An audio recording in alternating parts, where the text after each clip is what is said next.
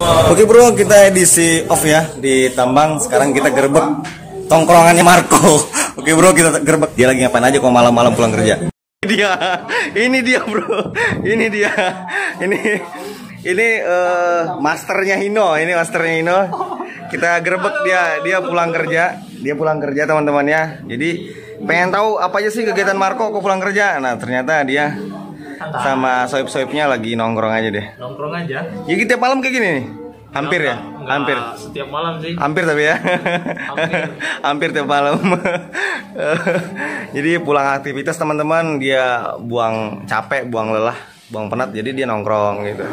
Cari inspirasi atau cari janda ya. Oke bro, selamat malam. Sekarang edisi kebetulan saya lagi off ya. Jadi saya dari Batu Licin ke Angsana, bela-belain kesini buat ketemu sama Marco aja. Karena dia salah satu pedoman saya sih, bisa dikatakan itu. Saya banyak inspirasi dari dia nih, dari Marco nih. Jadi udah lama sih, udah berapa bulan yang lalu pengen banget ketemu sama Marco.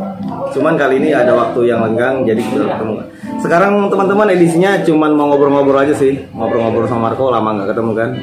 Kebetulan kita nih banyak teman-teman juga di sini. Baik teman-teman. Jadi edisinya pengen apa ya? Kita ngobrol santai aja. Ngobrol santai aja ya. Kalau bisa apa ya? Lingkup pertambangan dikit lah. Otomotif lah pastinya, otomotif lah, di dunia otomotif. Apa yang mau dibahas ini hari ini? Pengalaman boleh. Awal masuk kerja tahun berapa? Kerja di tambang. Emang udah nyupir atau apa, ngegris dulu kayak? Aku awal jadi supir itu belum langsung kerja di tambang. Pertama, tapi nyupir. Pertama supir L300. Nih saksinya. Pertama supir L300. Itu belum tambang. Sawitan, perjuangan. Waktu itu pas gajian itu masih mikir. Ini gajian cukup nggak buat pakai 1 bulan. Waktu itu. Tahun berapa tuh bro?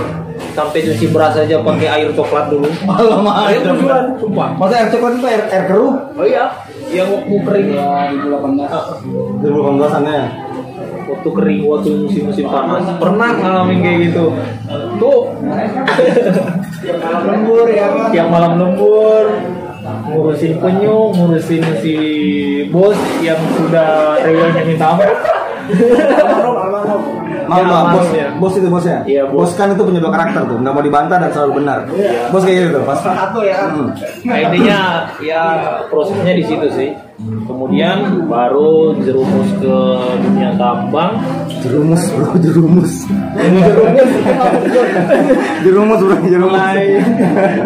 Mulai kerja di tambang itu belum langsung supir DT juga, sarana masih bawa LV itu ya, masih bawa LV. Sekitar ada 1 tahunan lebih. Nah, mulai dari situ, dan mumpung banyak subscriber saya yang tanya cerita saya dulu awal mula jadi supir tronton, ya ini nonton di sini aja. Tapi nontonnya di channel saya bro, bukan di channelnya. Pas itu jadi supir LV ya. Jadi supir LV mungkin sekitar 1 tahun lebih. Kemudian aku jadi berhenti di situ. Kemudian sempat nganggur hampir 9 bulan atau 10 bulan. Nganggur 10 bulan. Nah, dari nganggur 10 bulan itu aku mikir-mikir. Waktu itu di PT apa tuh? Boleh disebut? Di ya jangan lah. Itu kan privasi perusahaan. Oke lah. Kalau kita sudah punya izin ya nggak apa-apa. Kemudian waktu itu saya kerja sarana sudah mengantongi SIM B2 umum.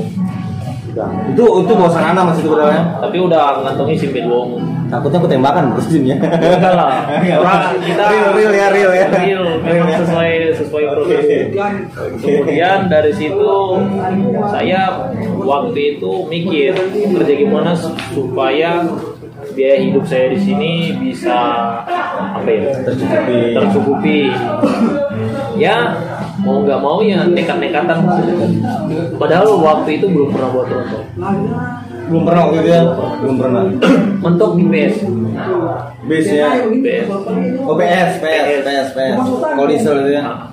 Mungkin banyak teman-teman di komentar channel YouTube saya yang bertanya itu gimana sih cara masuknya di perusahaan tambang. Banyak sekali yang nanya itu. Caranya simpel aja. Ya otomatis satu cari lowongan kerja. Dan seperti kata saya di video sebelumnya, di video yang sudah pernah saya bahas di YouTube channel saya, cari perusahaan yang kelasnya masih kelas-kelas menengah di dalam pertambangan batubara. Kalaupun bisa kelas-kelas yang paling bawah nggak apa-apa. Soalnya kelas-kelas perusahaan seperti itu memang cara rekrutmen karyawannya lebih mudah ketimbang perusahaan-perusahaan besar. Nggak detail banget dia ya. Nggak detail banget. Paling ada mereka cuma nanya kamu bisa bawa mobil nggak? Ya. Setelah itu ada SIM, ya. Kemudian MCU sehat tak langsung bikinkan simper seperti itu. Tapi kalau untuk perusahaan besar, ya saya sarankan kepada kalian buat yang belum pernah kerja di tambang tapi sudah lihai supir truk, ya saran saya seperti itu aja. Coba melamar di perusahaan-perusahaan yang sedang, atau kalau bisa kalau dapat perusahaan yang di bawah masih menengah di ke bawah gitu ya. Menengah ke bawah, melamar aja nggak apa-apa, nggak perlu gengsi, nikmati proses aja. Seperti itu. Karena kalau perusahaan udah menengah ke atas, perusahaan standar kadang-kadang dia dicantumin maksimal minimal 1 tahun pengalamannya, 1 tahun pengalaman sekarang kalau untuk sekarang itu minimal 2 tahun, ada yang pakai 3 tahun, udah jarang yang pakai 1 tahun. Jadi agak-agak sulit sih, karena kan kita pertama nggak punya pengalaman kerjanya, ya nggak punya sertifikatnya. Sedangkan kalau yang perusahaan yang menengah ke bawah itu mereka nggak terlalu mementingkan surat keterangan pengalaman kerja itu. Yang bisa nyupir gitu ya. Yang penting bisa nyupir, ada SIM umum, mereka langsung MCU kalian buat pengajuan. Itu pun kalau di MCU. Ya, kadang-kadang ada juga nggak di MCU. Kadang-kadang ada, tapi kalau untuk masa sekarang lagi pandemi sudah wajib MCU sih. Begitu sih perbedaannya. Nah, nanti kalau kalian sudah dapat pengalaman di perusahaan menengah ke bawah itu, kalau kalian pengen cari yang lebih, misalkan udah kerja 3 tahun 4 tahunan di perusahaan menengah ke bawah, langsung cari aja batu loncatan di, kalau pengen kerja di perusahaan besar. Misalkan sebagai contoh di PPA, sebagai contoh PPA, PTSIS, dan perusahaan-perusahaan besar lainnya seperti itu. Begitu teman-teman ya. Teman-teman banyak nih yang nanya-nanya, gimana sih caranya bang buat bisa masuk di tambang gitu kan? Banyak sih teman-teman yang ada kemarin dari Jawa, dari Madiun pengen ikut kerja bang di tambang. Saya bilang kan butuh proses karena ada tahap seleksi gitu kan, ada tahap seleksi. Jadi ada seleksi ada pertimbangan gitu kan. Dosen lu.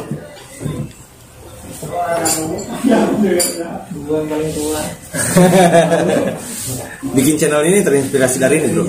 Ya, banyak. Ternyata kita hidup itu bukan harus diam, harus monoton. Misalnya apa yang kita kerjaan, jangan. Kita itu sekarang yang dicari itu orang yang berprestasi, ya, orang yang berwawasan. Sekarang bukan yang kepala golok yang dicari bro, bukan. Di mana orang yang berwawasan sekarang dicari. Siapa? Ada salah satu orang yang sebut aku dulu pas rekam apa? Siapa? Reporter atau apa? Itu ya. Apa katanya? Wartawan. Bayangin waktu itu ya sampai disebut. Jadi diolok-olok dulu dia waktu dia berkarya diolok-olok sama teman-teman diledekin gitu kan. Kemana-mana kan mau kamera nih. Ngapain tuh wartawan datang lagi. Sekarang hasilnya ya usaha kita nggak akan mengkhianati hasil teman-teman. Kita sudah dikenal apalagi kalau lingkup BIB, ya alhamdulillah sudah dikenal itu. Dia kalau Hino 500 udah hafal banget dia kalau Hino 500. Jadi sekarang aku mau nanya sama Marco. Saya rasa 80% dia nggak tahu. Dari kabelnya, dari bautnya, dari bannya dia semua tahu. Marco ini semua tahu dia. Komponen Hino 500 dia semua tahu. Pokoknya jagonya masternya dia. Enggak. Jadi saya pengen tanya nih teman-teman. Ini ada challenge juga sih buat dia. Dia tahu apa enggak ya? Tantangan ini. Aku nanya bro. Untuk 500. Pokoknya teman-teman kalau mau nanya tentang Hino 500 silakan di channelnya nih. Ini channelnya nih. Nah, sekarang aku mau nanya satu aja nih, satu pertanyaan ya. Untuk Hino 700 berapa nepolnya Hino 500? Nepal Grease Hino 500 berapa? Lupa ya. Itu kan dia kan seluruh komponen nggak dibohongin lagi teman-temannya, nggak dibohongin lagi ya. Seluruh komponen Hino 500 dari A sampai Z dia udah hafal. Tutup screen dia hafal. Tutupnya bukan screennya, bukan jumlah screen, bukan penempatan. Tutupnya screen dia hafal namanya. Sekarang Nepal Hino 500 berapa jumlahnya? Ayo. Nepal 500 bro. Tahu nggak kira-kira deh ya? Universal join ada 1, 2, 3. Ya, kira-kira berapa? Berapa ya? Berapa bro? Belum yang segede. Banyak. Di transmisi ada 2 kiri Di kanan. kaki-kaki aja itu ada 4 Bracket spring 2. Banyak. Lupa bro. Senior. Belum yang di Ada berapa nih bang? pada pilahi senior. Di kaki-kaki berapa bang? Di kaki-kaki aja ada 40 sebenarnya. Nah itu udah ada kunci sedikit ya 40 ya. Buat di kaki-kaki udah ada 40 ya. Kalau soal hafal itu Nepal Oma. Soalnya belum ada yang nanya sih. Jadi kali ini saya yang nanya teman-teman ya. Jadi kali ini saya yang nanya. Jadi ada berapa Nepal kira-kira? Iya, Berapa ya? Berapa ya? Lupa aku bro. Kayaknya lumayan ampuh bro ya. Pertanyaan saya lumayan ampuh. Kalau teman-teman nanya tentang komponen, tentang apa namanya ini, apa namanya itu, tentang transmisi itu hafal ya. Kayak berapa? Pas gabung kan, pokoknya teman-teman nanya gimana bang caranya ini, caranya itu, caranya ini ya kan. Screen sama screen hafal dia. Cuman saya tanya sekarang. Tahu tempat-tempatnya, semuanya aku hampir tahu. Tapi jumlahnya bukan jumlahnya nggak tahu. Jadi, challenge kali ini nggak bisa pecahin bro. Jadi nggak jadi aku traktir dia. Pertanyaan yang nggak pernah ada di pikiran saya tentang. Soalnya sering dilihat, hampir tiap 2 hari dilihat terus di list, tapi saya nggak tahu jumlahnya. Tahu tempat-tempatnya tapi jumlahnya nggak tahu. Aduh sakit kepala. Kalau nanya yang lain bisa ya. Nanya yang Lainnya apa pokoknya dari nol, dari A sampai Z masalah komponen 500 dia hafal, dia masternya. Bahkan dia kemarin dapat oleh-oleh dari Hino bro ya, dapat oleh-oleh dari ya souvenir gitu kan dari Hino, lengkap pokoknya buat Hino jos. Tapi kali ini saya tanya berapa jumlah Nepal nggak tahu nih. Nggak pernah kepikiran katanya, nggak pernah kepikiran buat jadi mau hitung itu nggak pernah kepikiran sumpah. ini PR ya berarti PR. Ini teman-teman boleh komen nih, ayo Bang Marco gitu ya. Oke teman-teman ya, sekarang kita lanjut. Ini ada beberapa teman-teman, kebetulan kita lagi ngumpul-ngumpul. Satu kata 2 kata ya buat teman-teman tentang pertambangan. Kayak satu kata-kata. Iya. Hai, selamat malam guys. Hai malam bos. Sebelumnya perkenalkan diri dulu. Nama saya Mr. Feos, Edo Feos yang dikenal. Ada apa bos informasinya? Sebelumnya Bapak kerja di mana? Untuk saat ini saya cuma pengukur jalan lintas bro. Dan sebelumnya? Sebelumnya saya pernah kerja di perusahaan sejenis perusahaan batubara. Ya sejenis lah perusahaan-perusahaan seperti itulah. Oh, Nah, terus pernah jadi gimana? karyawan tambang lah. Terus gimana pengalaman di pertambangan Pak? Oh the best, pengalaman tambang tuh the best. Di sisi lain kita menghasilkan banyak rupiah. Di situ kita dilatih untuk disiplin. Ya sepertinya kita bangun pagi, kerapian ya kan. Pokoknya the best pokoknya. Dan pesan-pesan Bapak untuk pertambangan, karyawan-karyawan yang kerja di pertambangan?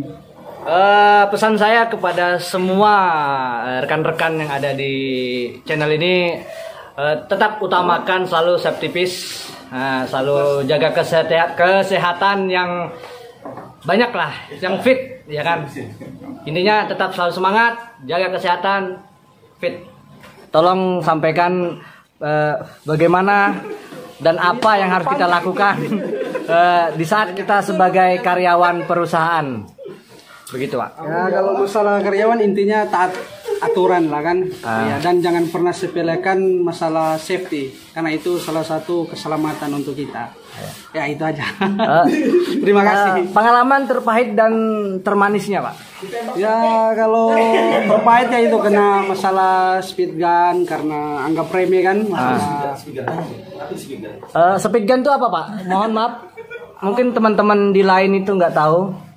Teman lain yang nggak tahu speed gun itu apa, mohon dijelaskan. Aturan kecepatan di haulingan, misalkan kecepatan yang diatur oleh perusahaan, kita tidak boleh melebihi batas kecepatannya itulah. Oh, batas maksimal ya? Ya, betul. Oke, terima kasih Babang Ganteng. Ini namanya Om Haris. Mohon Om Haris minta reviewnya sedikit tentang dunia pertambangan itu seperti apa, Haris? Ya. Untuk rekan-rekan driver hauling atau dump truck, Ya. tetap selalu jaga jarak aman, tetap jaga kecepatan, selalu cek unit yang akan dioperasikan. Jangan lupa P2H, karena P2H itu penting. Daripada terjadi apa-apa di jalan ya kan, anak istri menunggu di rumah. Untuk Om Arya, makasih sudah datang ke daerah kami ya. Ya pokoknya tahu sendirilah di mana Mas Arya.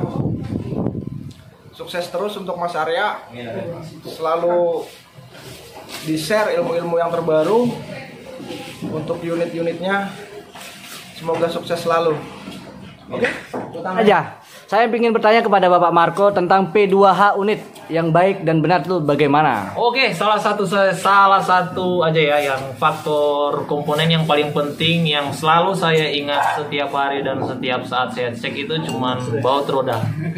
Itu setiap hari yang saya cek waktu P2H baut roda, karena menurut saya itu baut roda kalau lepas di jalan hauling itu memang fatal, bro.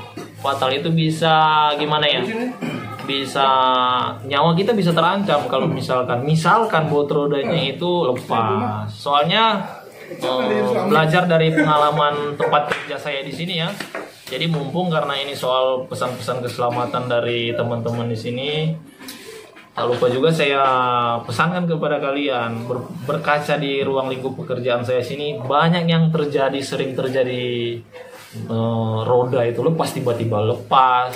Jadi saya lebih menyarankan kepada kalian, rajinlah memeriksa kekencangan baut roda. Itu aja. Tentang pertambangan, satu kata. Ya, untuk tentang pertambangan ya pahit manis ya. Kalau untuk manisnya kita bisa bergaul dari semua suku. Dan untuk pahitnya ya kerja selama 12 jam. Apalagi kalau kerja malam, kita nggak istirahatnya cuma sejam. Dan selanjutnya kita kerja selama 11 jam. Intinya kita harus istirahat yang cukup, sesuai dengan pertambangan 7 jam lah istirahatnya. Mengingatkan sama teman-teman yang ada di manapun, di perusahaan apapun, di pekerjaan apapun, baik senior maupun junior, tetap jaga hati, pikiran supaya tetap fokus, jaga kesehatan, dan ingat ya, keselamatan itu juga penting. Maka harus tetap fit. Terus jangan lupa untuk tetap mencari motivasi dan selalu berresolusi ya. Jadi bekerja tetap fokus, jaga keselamatan, tetap semangat. Apapun pekerjaannya di bidang apapun ya. Oke? Main lagi ya. Oke, pemasukan dari Om Ayub. Bekerja di bidang apapun tempatnya, dimanapun kamu berdiri, di situ bumi dipijak, langit dijunjung. Dan satu lagi pesan yang penting lagi, pekerjaan itu ibarat menanam pohon. Jadi kamu menanam benih, kemudian disiram, perlu dipupuk supaya dia berkembang, berbuah, kemudian menghasilkan sesuatu yang diharapkan dari pohon itu. Begitu juga di pekerjaan. Jadi harus dipupuk dengan cara ya disiplin. bangun pagi itu udah wajib, atau kalau masuk malam juga harus jaga kesehatan, tidur jangan sampai nggak terjaga, jadi harus benar-benar ya paling nggak harus jagalah kesehatan, gimana caranya supaya kamu tetap terjaga, jangan sampai fatik, dan terutama jaga pikiran ya. Jaga mata, jangan keluar jam terus. Oke teman-teman, terima kasih.